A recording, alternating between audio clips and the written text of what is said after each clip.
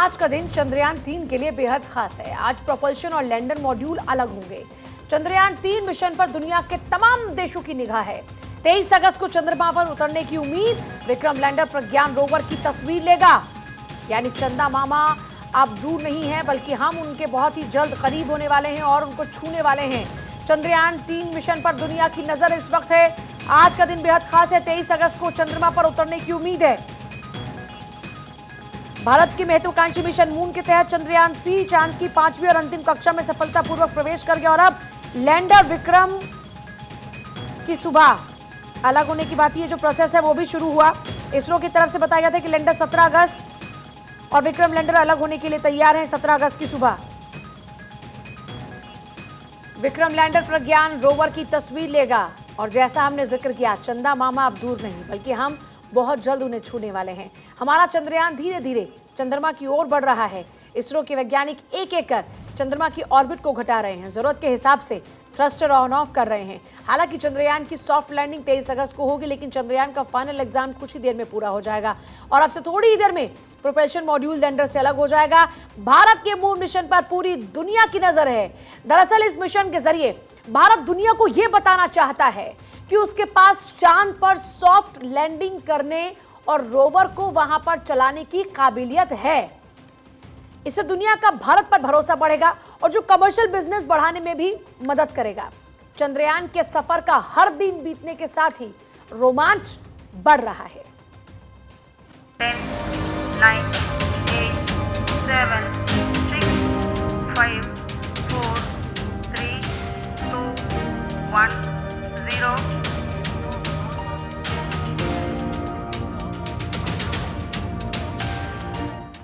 चंद्रयान अब चांद के बिल्कुल करीब जा पहुंचा है।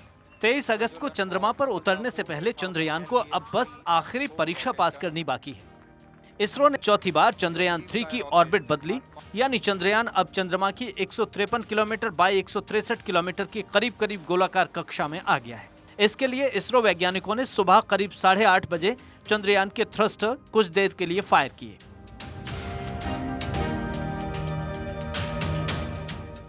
153 किलोमीटर बाई 163 किलोमीटर की ऑर्बिट का मतलब है कि चंद्रयान ऐसी कक्षा में घूम रहा है जिसमें उसकी चंद्रमा से सबसे कम दूरी 153 किलोमीटर और सबसे ज्यादा दूरी 163 किलोमीटर है। इसरो चंद्रयान-3 के प्रोपल्शन मॉड्यूल को लैंडर से अलग करेगा।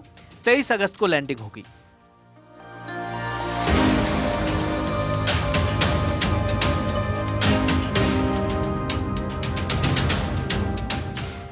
चंद्रयान में लैंडर, रोवर और प्रोपल्शन मॉड्यूल हैं।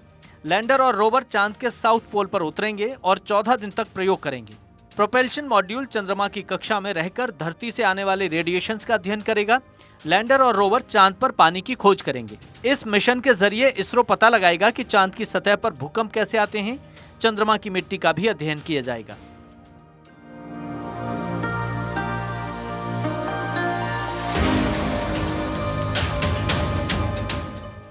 पृथ्वी से लॉन्च होने के 22 दिन के सफर के बाद चंद्रयान 5 अगस्त को शाम करीब 7:15 पर चंद्रमा की कक्षा में पहुंचा था। तब चंद्रयान चंद्रमा की ग्रेविटी में कैप्चर हो सके, इसके लिए उसकी स्पीड कम की गई थी।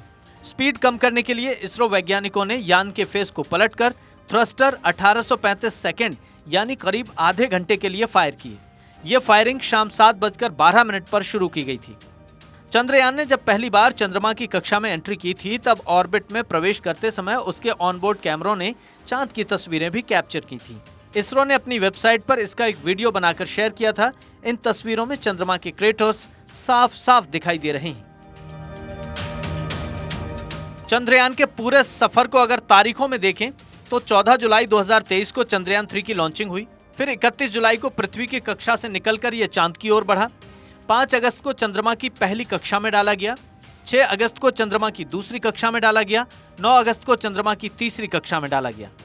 14 और 16 अगस्त को चांद की चौथी और 5वीं ऑर्बिट में भेजा गया है। अब 17 अगस्त यानी कल चंद्रयान के प्रोपल्शन और लैंडर मॉड्यूल अलग होंगे।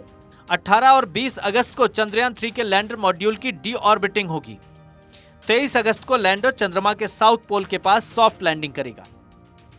पूरे देश को 23 अगस्त का इंतजार है, जब चंद्रमा की सतह पर चंद्रयान उतरेगा। इसरो के वैज्ञानिक लगातार चंद्रयान की दिशा और प्रगति को मॉनिटर कर रहे हैं।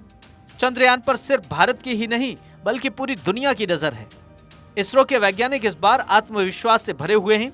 चंद्रयान 2 की बजाय इस बार कई ऐसे बदलाव किए गए हैं जिनसे चंद्रमा पर सॉफ्ट लैंडिंग में कोई परेशानी ना हो। Bureau report, Bharat 24।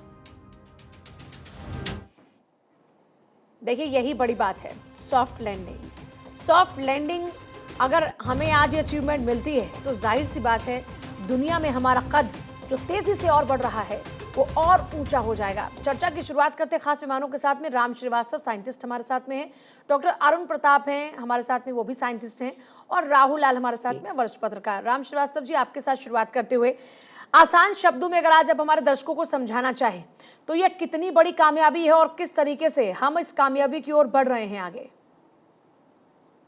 देखिए, ये भारत के लिए बहुत बड़ा अचीवमेंट होने जा रहा है कि चंद्रयान 2 मिशन का अंतिम क्षण पर, क्योंकि उसका सॉफ्ट लैंडिंग नहीं हो पाया था, तो हमको ऐसा लगा था कि आखिर हमारी कमी कहाँ रह गई। उन सब कमियों को, उन संभावनाओं को अच्छी तरह से परख कर, समझ कर, देख कर हमने चंद्रयान 3 में वो सब संभावनाएं निरस्त कर दी हैं कि अब इसका सॉफ्ट लैंडिंग होना ही है।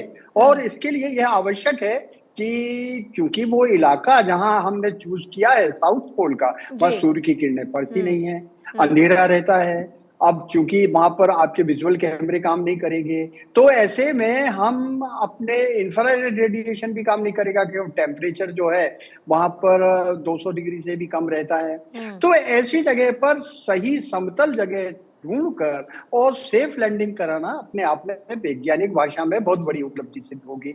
इससे हमारी एक्यूरेसी, प्रिसीशन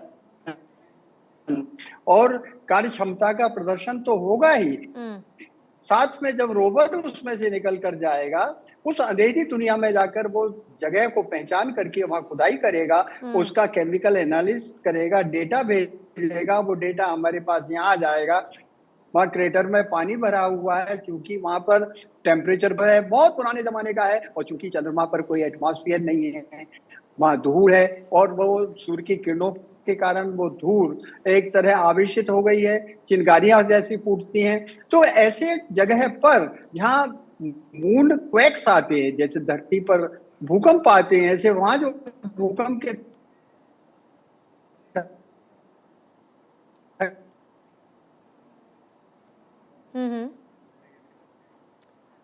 शायद कोई नेटवर्क का इशू है। मैं आपकी तरफ रुख करती हूँ सर, हमारे साथ में डॉक्टर अरुण भी हैं, उनका रुख करते हुए। डॉक्टर अरुण, आज हम जो हमारा मिशन है उसके सक्सेस होते हुए बहुत उसकी सक्सेस के करीब पहुंच रहे हैं।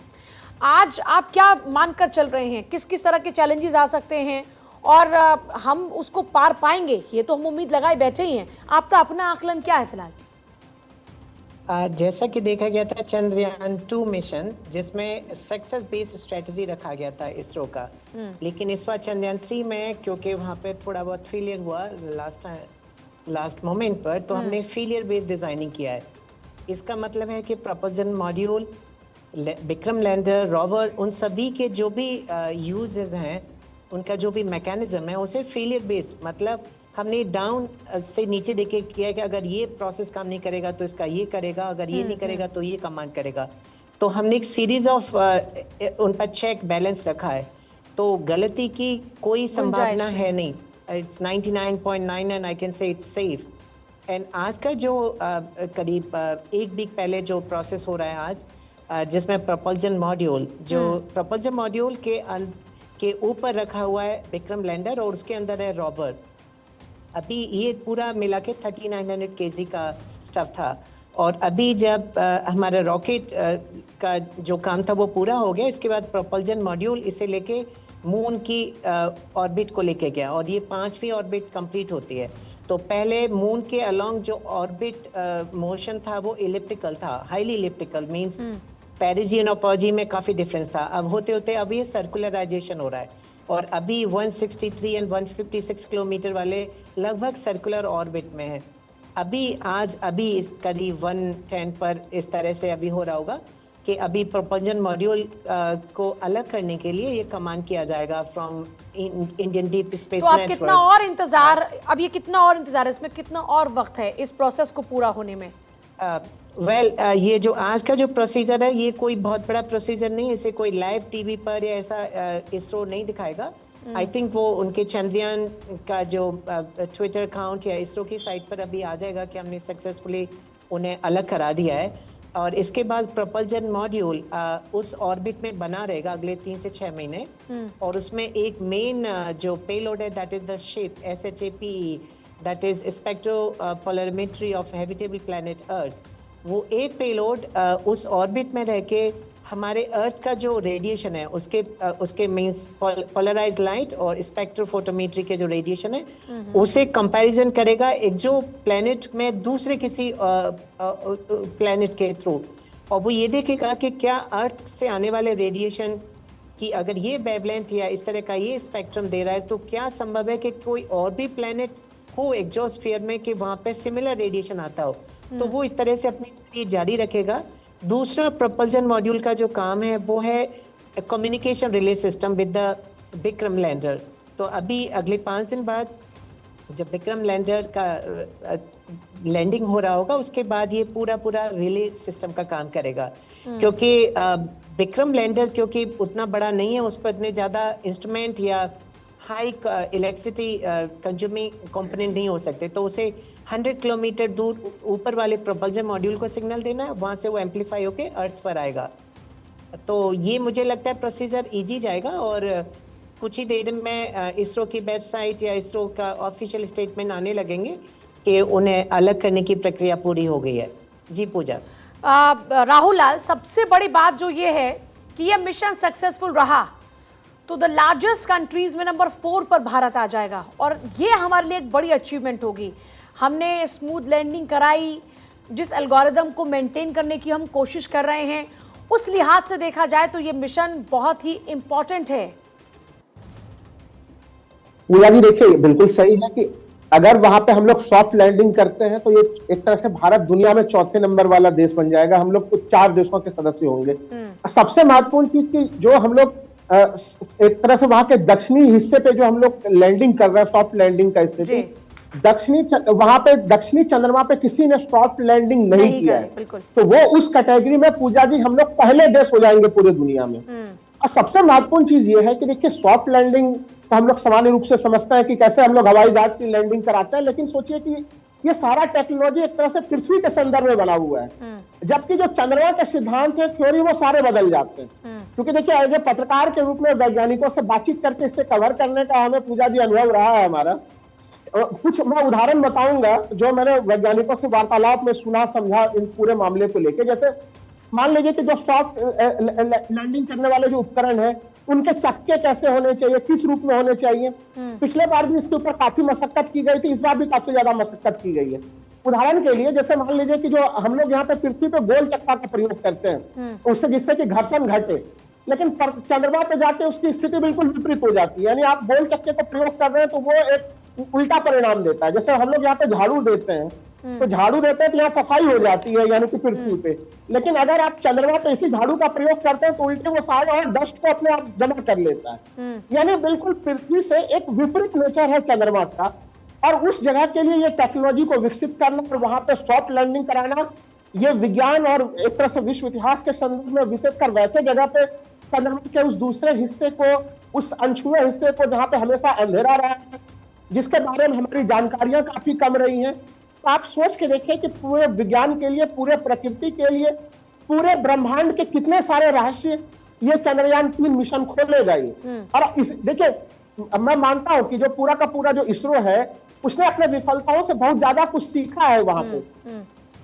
पिछले केसेस में भी हम लोगों ने देखा है कि कभी अगर इसरो विफल हुआ है तो तमाम उसके कमियों से उसने सीख ली, और इस बार बहुत ज्यादा पिछले बार के कमियों से सीख ली गई है। इसलिए मैं भी इस बात से पूरी तरह से सहमत हूं कि ये लगभग 100% जो है कि सफल रहने वाला है ये पूरा अभियान, क्योंकि हमारे वैज्ञानिकों ने एड़ी चौड़ी का परिश्रम किया है। बिल्कुल बड़ी खबर देखिए, जिस बात का जिक्र भी डॉक्टर अरुण कर रहे थे कि बहुत जल्द इसको लेकर अपडेट आना शुरू हो जाएगा। इसरो से भेजा गया लास्ट कमांड, लैंडर को अलग होने का लास्ट कमांड बेंगलुरु इसरो से लास्ट कमांड दी गई है, कुछ ही देर में अलग हो जाएगा लैंडर। ये देखिए बड़ी खबर, इसरो की ओर से जानकारी आनी शुरू हो चुकी है, लैंडर को अलग होने का लास्ट कमांड दिया जा चुका है, बेंगलुरु इसरो से लास्ट कमांड दी गई है। बड़ा अपडेट इस पूरे मामले को लेकर इसरो से भेजा गया लास्ट कमांड, लैंडर को अलग होने का लास्ट कमांड भेजा गया बेंगलुरु इसरो से, यह लास्ट कमांड दिया गया है। देखिए आज महत्वाकांक्षी मिशन मून के तहत चंद्रयान 3 की जो 5वीं और अंतिम कक्षा में सफलतापूर्वक इसको प्रवेश कर गया और लैंडर विक्रम के अलग होने का प्रोसेस भी शुरू हो चुका है। इसरो की तरफ से बताया गया कि लैंडर अलग होगा और उसके बाद प्रोपल्शन मॉड्यूल और विक्रम लैंडर अलग होने के लिए तैयार है। यानी अब चांद पर भारत के चंद्रयान 3 की लैंडिंग बस कुछ ही दिन दूर है। आप देखिए फिलहाल जो अपडेट मिल रहा है वो ये कि लैंडर को अलग होने के लिए लास्ट कमांड दी जा चुकी है। इतिहास रचने की और करीब पहुंचा चंद्रयान 3 जिसका जिक्र भी हो रहा था। राम श्रीवास्तव आपकी तरफ रुख करते हुए अभी डॉक्टर अरुण जिस बात का जिक्र कर रहे थे कि अब से कुछ ही देर में अपडेट मिलना शुरू हो जाएगा और अब लास्ट कमांड दिया जा चुका है, कुछ ही देर में लैंडर अलग हो जाएगा। अब इसके बाद का क्या प्रोसेस रहने वाला है, कितना और वक्त लगेगा? जैसे ही अलग हो गया इसके बाद वो स्वतः अपनी जो उसका मोमेंटम है उसके हिसाब से चंद्रमा की गुरुत्वाकर्षण में गोलाकार परिधि में घूमेगा और धीरे धीरे उसकी गति जब कम हो जाएगी चंद्रमा की ओर वो खिंचता जाएगा तो 23 अगस्त को हम उसको फाइनली उसके थ्रस्टर्स को चालू करके और उसको नीचे की ओर धीरे धीरे उतारेंगे। और पहले तो वहां पर हम उस जगह का सर्वे करेंगे कि कौन सी जगह जो है समतल है जिससे उसके चारों पैर बहुत आसानी से टिक जाए, किसी तरह से वो एक तरफ ना झुके। और इसके लिए वैज्ञानिकों ने इसकी डिजाइन में काफी चेंज किया है। इसकी सेंटर ऑफ ग्रेविटी जो उसका गुरुत्वीय केंद्र रहेगा चंद्रमा की गुरुत्व का वो जो है बहुत नीचे की तरफ रहेगा, वो हिचकोले नहीं खाएगा। और ये जैसे भी कोई चीज ऊपर से गिरती है और नीचे आती है तो यद्यपि चंद्रमा का गुरुत्वाकर्षण जो है धरती के गुरुत्वाकर्षण से 6 गुना कम है, इसके बाद भी उसमें बाउंसिंग होगी और बाउंसिंग को शॉकअप जो है झेलेंगे और ये अधिक ऊपर नहीं उछक पाएगा क्योंकि इसकी जो गुरुत्वीय केंद्र है वो बहुत जमीन के पास ही रखा हुआ है, सतह के पास रखा है और इस कारण से इसका सॉफ्ट लैंडिंग होगा। इसके कई प्रयोग कर लिए गए हैं, थ्योरेटिकली भी और प्रैक्टिकली भी, और इसको काफी वजनदार और तेज गति से नीचे उतार कर भी देख लिया गया है। तो ये सॉफ्ट लैंडिंग जब हो जाएगा तो इसके बाद फिर ये अपना काम शुरू कर देगा, रोवर को निकालेगा, रोवर जाएगा और उपयुक्त जगह ढूंढ कर की वहां पर चट्टान को निकालकर, धूल को निकालकर उनमें से सैंपल लेगा और ऑटोमेटिकली वो परीक्षण करेगा। वो परीक्षण करने के बाद वो डेटा वहां पर लैंडर के पास जब आएगा तो उधर हमारा जो है वहां पर चंद्रमा की तरफ जो चंद्रयान 2 के समय जो ऑर्बिटल घूम रहा था उसका अभी भी वो एक्टिव है, वहां से हमको पूरा का पूरा डेटा धरती की ओर मिल जाएगा। इस समय सबसे महत्वपूर्ण चीज जो ये है कि हमारा प्रिसीशन, हमारा थ्रस्टर कितनी देर के चलेगा, कब कितनी सेकंड में उसको अलग होना होगा, अलग होने के बाद जो दिशा थी उसकी मोमेंटम जिसमें आ रहा था जी। गति जिस दिशा में आ रही थी, जैसे हम जानते हैं कोई तेज रफ्तार से चीज आ रही है और अचानक उसको रोकना है तो उसमें जो रिटार्डेशन लगेगा वो कितनी देर के लिए कितना, ये प्रिसीशन हमने अपनी एल्गोरिथम में उसमें लोडेड कंप्यूटर में फीड कर रखी है, उसका परीक्षण कर लिया गया है। लेकिन एक संभावना भी इसमें बहुत आवश्यक रही है जिसके लिए कि हमारे वैज्ञानिक बहुत अच्छी तरह तैयार हैं, वो ये है कि लैंडर चंद्रयान 2 के समय इस बात की संभावना बताई गई थी कि नॉर्थ कोरिया की एक लजारस नाम की कंपनी थी, उसने उसमें कुछ हैकिंग किया था। डॉक्टर अरुण प्रताप आपका जिक्र करते हुए आपने जिस बात का जिक्र किया था कि इसरो अब से कुछ ही देर बाद जो कमांड देगा उसके बाद अपडेट करेगा और वो अपडेट आ चुका है, अलग अलग हो चुके हैं, दोनों हिस्सों में बट चुके हैं। जी ये एक सामान्य प्रक्रिया है। देखिए चंद्रमा करीब 3,80,000 किलोमीटर दूर है और प्रकाश की जो गति होती है जो हमें सबको बताया जाता है वो 3 लाख किलोमीटर प्रति सेकंड। तो इस तरह से 1.3 सेकंड्स में कोई भी सिग्नल अर्थ से मून पर जाता है। तो अब यही है कि इंडियन डीप स्पेस नेटवर्क जिसका इंस्टीट्यूट वाइलुलु नियर बैंगलोर है, that is part of ISTRAC ISRO telemetry tracking and command centre, वहाँ से साइंटिस्ट इसे कमांड देंगे और प्रोपल्जन मॉड्यूल जो कि अराउंड 2148 केजी का है, 2100 किलोग्राम का, और उसके बाद लैंडर का वेट अराउंड 1752 किलोग्राम और प्रज्ञान रोवर इज 26 केजी। अब यहाँ पे क्वेश्चन होता है कि प्रोपल्जन मॉड्यूल का वेट 2100 समथिंग ऐसा क्यों है? तो उसमें एक्चुअली बहुत सारा फ्यूल रखा गया है क्योंकि उसे अगले 3 से 6 महीने उधर मून पर ही परिक्रमा में रखना है। तो उसमें क्या है, उसका ईंधन रखा हुआ ईंधन है उसमें, इसलिए उसका वेट ज्यादा है और प्रोपल्शन मॉड्यूल की एक साइड पर एक सोलर पैनल है, जिससे उसकी पावर जनरेशन का काम होगा और उसकी लिथियम बैटरीज रिचार्ज होते रहेंगे। अभी वो अपनी जगह बना रहेगा और उसका जो मेन पर्पज है वो अभी विक्रम लैंडर वाले मॉड्यूल से, लैंडर मॉड्यूल से रिले सिस्टम का, कम्युनिकेशन रिले सिस्टम, तो अर्थ पर जो भी सिग्नल आएंगे वो ये लैंडर से प्रोपल्शन मॉड्यूल और प्रोपल्शन मॉड्यूल से अर्थ पर आएंगे। अब रहा ऑर्बिटर चंद्रयान 2 का, जो ऑलरेडी वहां पर एग्जिस्ट करता है और जो 2025 तक बना रहेगा, उसका मेन काम था फोटोग्राफी करना, मीन साउथ पोल का जिस एरिया में ये जा रहा है उसको पूरा सरफेस मैपिंग कर लेना। तो उसने शायद कई लाख फोटोग्राफ लिए हैं हाई रेजोल्यूशन के, और स्पेशली 69.32 डिग्री जहाँ पे कि इसका प्रपोज्ड जगह है सेकल्टन क्रेटर के पास साउथ पोल पर, वो वाला एरिया कंप्लीटली मैप कर रखा है। उसे ये पता है उस मॉड्यूल को, Propulsion module. चंद्रयान 2 के नहीं, दैट इज ऑर्बिटर, Okay. कि वो कहाँ पर है, वो सारा डेटा इसके लैंडर के कंप्यूटर में फीड किया गया है ऑलरेडी। एंड जब वो नीचे उतरने की कोशिश कर रहा होगा 23rd को इवनिंग में, like 5:47 PM is proposed period, उस समय वो गाइड करेंगे as a coordinate latitude and longitude उस एरिया के लिए, वो पॉइंट बताएगा कि आपको कहाँ पर उतरना है, सेफ मतलब लैंडिंग आसान करना है। शब्दों में कहा जाए तो सॉफ्ट लैंडिंग के बाद में दरअसल चांद पर क्या है, जमीन कैसी है, कंकड़ पत्थर कैसा है, क्या वहां पर मौसम रहता है, मतलब वहां पर लाइफ कितनी पॉसिबल है, हाँ। वो जो प्रोसेस है बेसिकली वो स्टार्ट हो जाएगा फिर। यस, तो अभी तो ये कोई पेलोड काम नहीं कर रहा है। अभी सिर्फ एक पेलोड, जो शेप पेलोड है, जो प्रोपल्शन मॉड्यूल पे, वो प्रोबेबली अब स्टार्ट कर देगा अपना काम करना। लेकिन विक्रम लैंडर एंड रॉबर के तो अभी पेलोड काम नहीं कर रहे, वो 23rd के बाद ही काम करेंगे।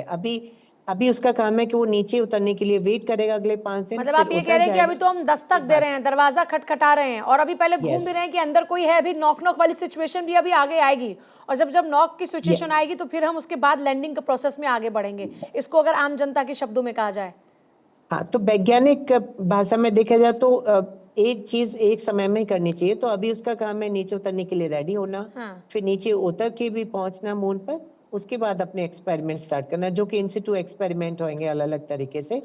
और इसमें चंद्रयान 3 के लिए जो रखा गया वो है सरफेस की स्ट्रक्चर के बारे में पता लगाना, और उसके स्पेस में, मींस जो इसका जो थिन एटमॉस्फेयर है मून का, उसकी गैसेस के बारे में पता लगाना, उसके एटमॉस्फेरिक कंपोजिशन क्या है उसके बारे में पता लगाना। जबकि ल्यूना 25 वो वहां पर मून की सॉइल को कई सेंटीमीटर या इंचेस तक गड्ढा करके निकालेगा। उसमें एक स्कूप जैसा है, उसमें एक जेसीबी का जैसे छोटा पार्ट होता है, उस तरीके से वो मिट्टी की अध्ययन ज्यादा तरीके से करेगा। तो सब सॉइल स्टेज पर देखा जाए तो न्यूलैंड 25 कर रहा होगा, जबकि हमारा काम है सरफेस पर अवेलेबल मिनरल्स उनकी फोटोग्राफी करना, और स्पेशली क्रिस्टलाइज्ड फॉर्म में वाटर है। जो अभी कई लोग ऐसा मानते हैं कि वो ऐसा समझते हैं कि मून पर शायद पानी जैसे कोई तालाब की तरह से पानी होगा, ऐसा नहीं है, ऐसा बिल्कुल नहीं है। वो क्रिस्टलाइज्ड फॉर्म में वाटर होगा, और उसका स्पेक्ट्रोफोटोमीटर जो देता है वो डेटा स्पेक्ट्रम के बेसिस पे वो इनडायरेक्टली रीड आउट करते हैं। अभी पानी किसी ने देखा नहीं, ना ही वो एक इनडायरेक्ट एक्सपेरिमेंट है स्पेक्ट्रोफोटोमीटर का। वो हिंट करता है कि यहाँ पे H2O मॉलिक्यूल होगा, जिसमें कि ऑक्सीजन, हाइड्रोजन और इस तरह से उसकी केमिकल कंपोजिशन होती है, और जो कि सिमिलर स्पेक्ट्रा देता है कि अर्थ पर अगर वाटर का इलेक्ट्रोलाइसिस करेंगे या मून पर तो सिमिलर है।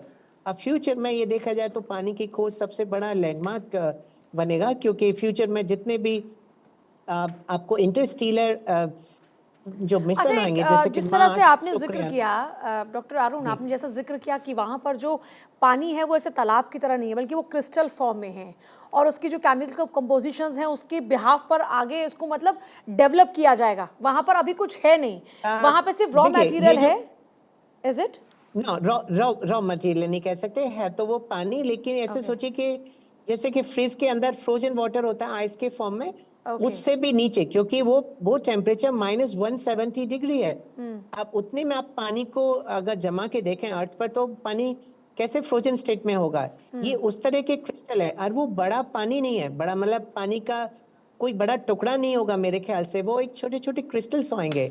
लेकिन वो हमारे लिए इम्पोर्टेंट है, क्योंकि जब स्पेस सेटल होते हैं उसमें hydrogen and oxygen liquefied state में ईंधन की तरह काम करते हैं। और अगर कल को मून पर ये मिला, ये क्रिस्टलाइज वाटर मिला, तो फिर वहां पे रिफिलिंग की तरह से एक स्टॉप ओवर बन जाया करेगा। जैसे शुक्रयान को जाना है या मंगलयान को जाना है, तो वहां पे हम इलेक्ट्रोलाइसिस करके ऑक्सीजन एंड हाइड्रोजन आइसोलेट करेंगे और दोबारा से रिफिल कर देंगे अपने रॉकेट को, और फिर वो आगे चल निकलेगा ऐसे करके। और दूसरा वहां पे स्टॉपेज अगर तैयार हो human जाएगा। आप ये या कह रहे अगर हैं कि human जाएगा अभी जो प्रोसेस में हम आएंगे, इसके बाद जो हमारा अचीवमेंट होगा वो ये होगा कि हमने एक स्टॉपेज तैयार कर दिया। अभी हमको Yes, जैसे yes. पूरा भर के लेके जाना पड़ता है अपना बैग, फिर हम भर के नहीं लेके जाएंगे, फिर हम वहां से भी उसको रिफिलिंग कर बिल्कुल। लेंगे। राहुल जी, दूसरा जो मनुष्य जाएगा, एस्ट्रोनॉट या कॉस्मोनॉट या फिर ब्योमनॉट, भारत ने इसका नाम ब्योमनॉट दिया क्योंकि ब्योम संस्कृत में अंतरिक्ष के लिए होता है। तो उनके लिए पीने के पानी के फॉर्म में भी वो यूज हो पाएगा, या उसकी रिसर्च की जाएगी पहले कि वो पीने लायक है या नहीं है। पीने लायक है तो कैसे बनाया जाएगा, तो वो ईंधन का भी काम करेगा रॉकेट के लिए। उन जाने वाले एस्ट्रोनॉट के पीने के पानी का भी एक सब्स्टिट्यूट बनेगा। इस तरह से इसके बहुत सारे यूजेस हैं।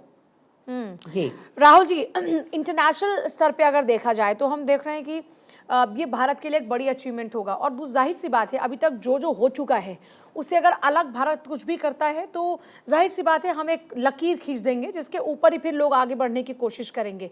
अगर उस लिहाज से देखा जाए तो इससे भारत को किस तरह के फायदे आप देख रहे हैं आने वाले दिनों में, चाहे वो आर्थिक तौर पर हो या फिर कद के तौर पर हो?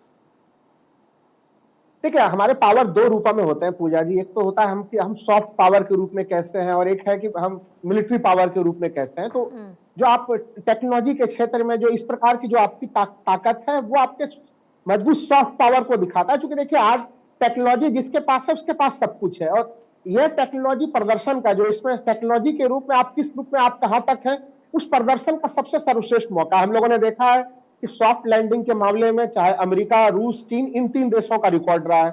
भारत अब चौथा देश जो है उसमें शामिल होने वाला है। लेकिन मैंने पहले भी कहा कि इन लोगों ने सॉफ्ट लैंडिंग कहां पे किया है? इन लोगों ने सॉफ्ट लैंडिंग किया है चंद्रमा के एक तरह से भूमध्य रेखा के पास, जहां पे कि चंद्रमा की जमीन काफी हद तक सपाट है। उस जगह पे उन्होंने किया जहां पे चुनौतियां काफी कम थी पूजा जी। लेकिन अगर हम लोग देख रहे हैं इस पूरे मामले पे कि जिस तरह से चंद्रमा के साउथ पोल को चुना गया है, एक चंद्रमा के सबसे कठिन हिस्से को चुना गया, सोचिए कि उसकी बहुत ज्यादा जो है कि पहले से मैपिंग करनी पड़ी है। जिस जगह पे हमें उतरना है वहां पे गड्ढे हो क्या हो, उसके लिए अलग अलग सेंसर्स का काफी ज्यादा प्रयोग किया जा रहा है। खबर देखिए, चंद्रयान 3 कामयाबी की ओर एक और कदम। इसरो ने ट्वीट किया है, लैंडर प्रोपल्शन मॉड्यूल से सफलतापूर्वक अलग हुआ, 6 दिन चांद पर सॉफ्ट लैंडिंग करेगा चंद्रयान 3। इसरो ने औपचारिक ऐलान कर दिया है कि 6 दिन में यह सब पॉसिबल हो पाएगा।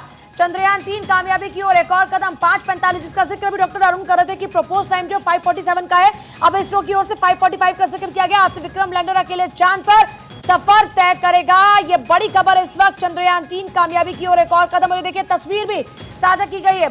सबसे पहले आप देख रहे हैं भारत 24 पर, फर्स्ट ऑन भारत 24। आप देखिए, ये वो तस्वीर जब अलग हुए दोनों, ये देखिए एक्सक्लूसिव तस्वीर भी देख रहे हैं। और सबसे पहले आप देख रहे हैं भारत 24 पर, ये 1:15 की तस्वीर, जो टाइम भी आ रहा है देखिए इसरो का यहाँ पर, जब दोनों अलग अलग हुए।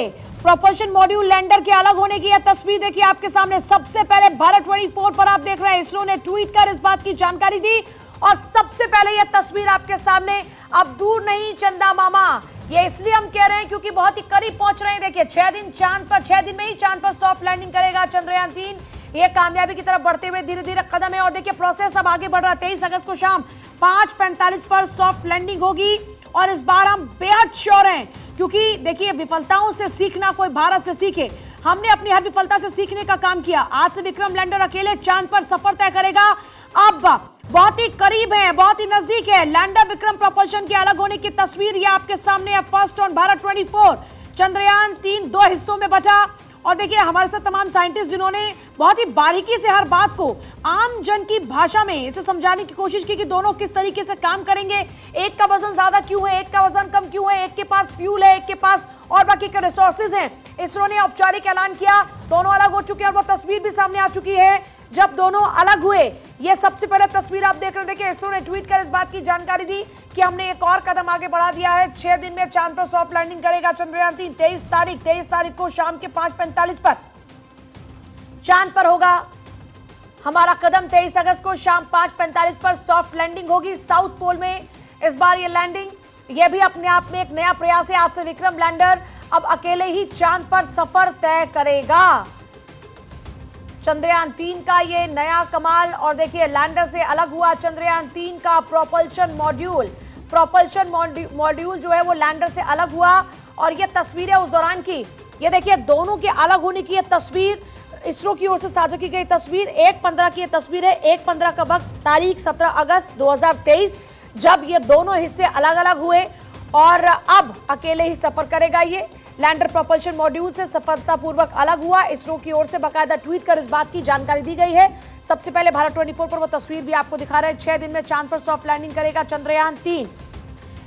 देखिए चंद्रमा की 153 किलोमीटर इंटू 163 किलोमीटर की कक्षा में चंद्रयान 3 स्थापित हो गया इससे पहले। और ये अनुमान तभी लगाया गया था कि जो चंद्रमा की सीमा में प्रवेश की प्रक्रिया वो ऑलमोस्ट पूरी हो गई है। 14 जुलाई को लॉन्चिंग, जिसके बाद 5 अगस्त को चंद्रमा की कक्षा में प्रवेश किया था। इसके बाद इसने 6, 9 और 14 अगस्त को चंद्रमा की अगली कक्षा में प्रवेश किया और चांद के और नजदीक पहुंचता गया। और अब और नजदीक पहुंचने की तरफ यह प्रोसेस पूरा हुआ। अगले 6 दिन में 5:45 का वक्त होगा जब सॉफ्ट लैंडिंग करेगा चंद्रयान 3। असली टेस्ट अभी भी, लेकिन देखिए बाकी जो माना जा रहा था कि किस तरह से हम आगे कदम बढ़ाएंगे, उसमें एक और पायदान हम ऊपर चढ़ चुके हैं। ये सबसे पहले तस्वीर भी आप देख रहे हैं भारत 24 पर। इसरो ने भी बाकायदा इस बात की ट्वीट करके जानकारी दी है। सबसे पहले भारत 24 पर यह तस्वीर आप देख रहे हैं जब प्रोपल्शन और लैंडर, प्रोपल्शन मॉड्यूल और लैंडर जो है वो अलग अलग हुए। सबसे पहले भारत 24 ने यह तस्वीर आपको दिखाई और लगातार वो तस्वीर आपको दिखा रहे। सबसे बड़ी बात ये कि अगले 6 दिन में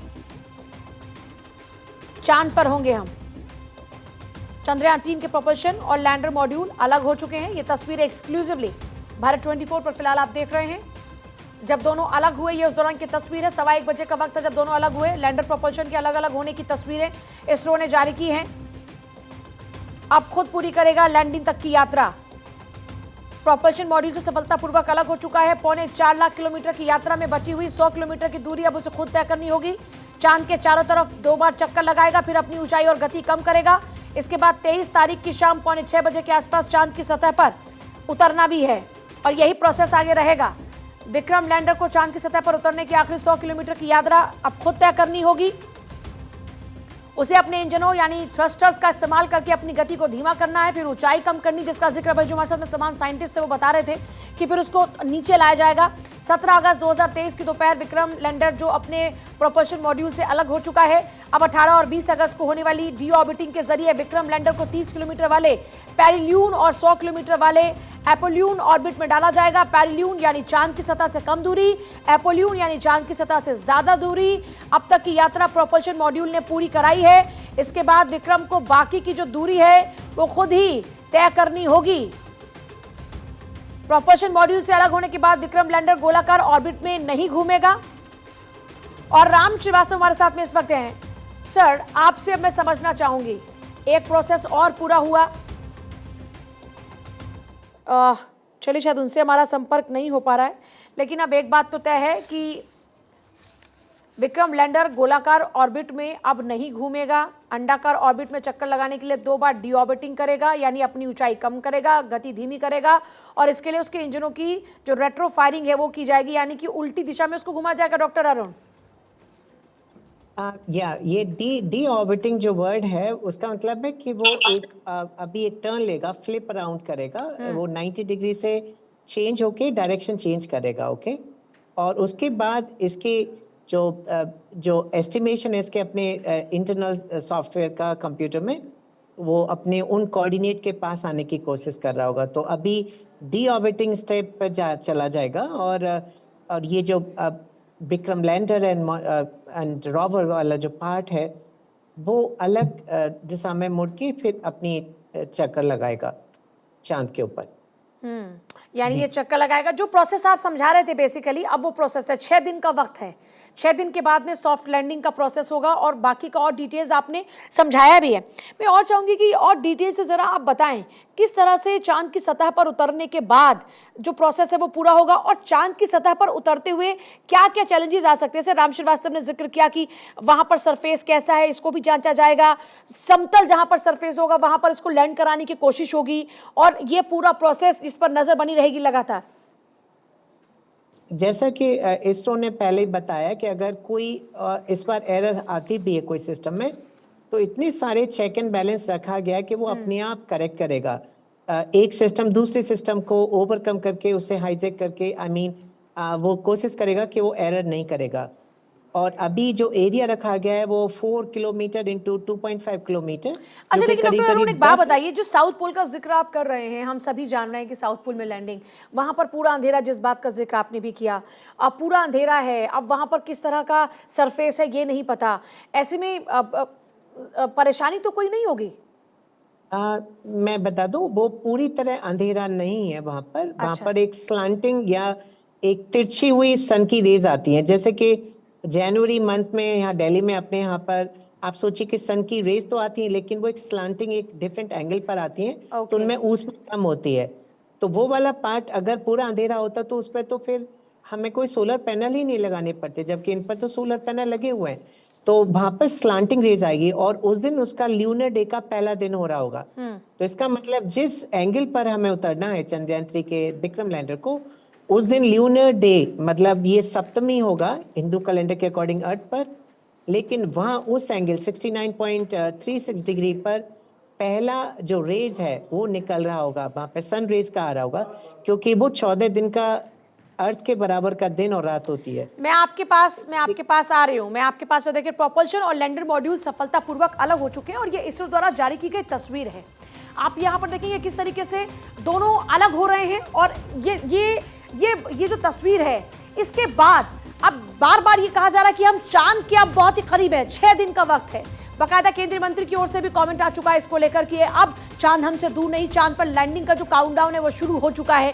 तो आप इसको इस लिहाज से भी समझ सकते हैं। देखिए, हमारे जो तमाम गेस्ट पैनल में लोग रहे, उन्होंने भी बताया कि किस तरीके से दोनों जो है अपना अपना काम करेंगे। अब यहाँ पर काम शुरू हो जाता है कि आपको पहले राउंड लगाना है, जैसा भी जिक्र किया गया कि आप यहाँ से अलग हुए, उसके बाद में अब आप जा रहे हैं, आपने राउंड लगाया, और उस राउंड लगाने के बाद में आप नीचे आएंगे। आपको गति को अपनी धीमी करना है, गति धीमी होगी, धीरे धीरे नीचे आएंगे, और उसके बाद में फिर ये एंट्री अंदर होगी चांद के सरफेस पर, फिर वो होगी सॉफ्ट लैंडिंग जिसका इंतजार किया जा रहा है।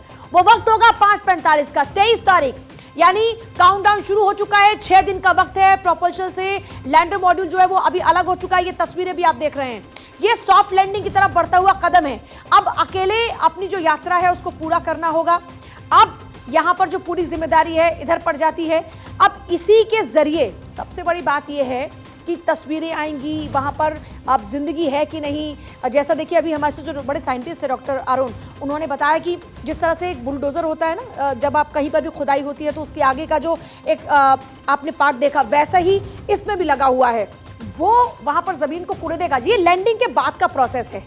अभी लैंडिंग की तरफ बढ़ता कदम है। अभी यहाँ से अलग हो चुके हैं दोनों, और अलग होने के बाद अभी ये राउंड लगाएगा जिसका जिक्र हम कर रहे हैं। प्रोपल्शन और लैंडर मॉड्यूल अलग हो चुके हैं, अभी इसने राउंड लगाना है ऑर्बिट पर, और फिर डी ऑर्बिटिंग जिसका जिक्र अभी यहाँ पर किया गया, और फिर उस तरीके से आगे बढ़ा जाएगा। तो ये पूरा प्रोसेस आप धीरे धीरे करके समझ रहे हैं कि किस तरीके से आप ये जो पूरी प्रक्रिया वो पूरे होने वाली है। 6 दिन का वक्त है, 6 दिन में क्या क्या होगा।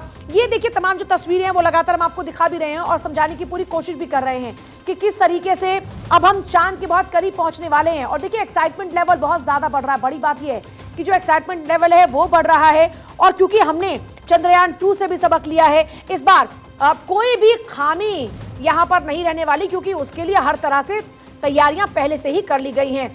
18 और 20 अगस्त को ये डी ऑर्बिटिंग के जरिए विक्रम लैंडर को 30 किलोमीटर वाले पैरेल्यून और 100 किलोमीटर वाले एपोल्यून ऑर्बिट में डाला जाएगा। पैरेल्यून यानी चांद की सतह से कम दूरी, एपोल्यून जिसका जिक्र अभी हमने किया यानी चांद की सतह से ज्यादा दूरी। अब तक की यात्रा प्रोपल्शन मॉड्यूल ने पूरी कराई है। देखिए, अभी तक क्या था, प्रोपल्शन मॉड्यूल के जरिए ही जो पूरी की पूरी यात्रा थी वो हो रही थी, लेकिन अब विक्रम की बारी है। और अब विक्रम की बारी है। अब विक्रम को अपनी जो यात्रा है वो खुद पूरी करनी होगी, और विक्रम को ना सिर्फ ये यात्रा पूरी करनी होगी, बल्कि अब आगे की जो हमारी सफलता है वो इसी विक्रम के हाथ है।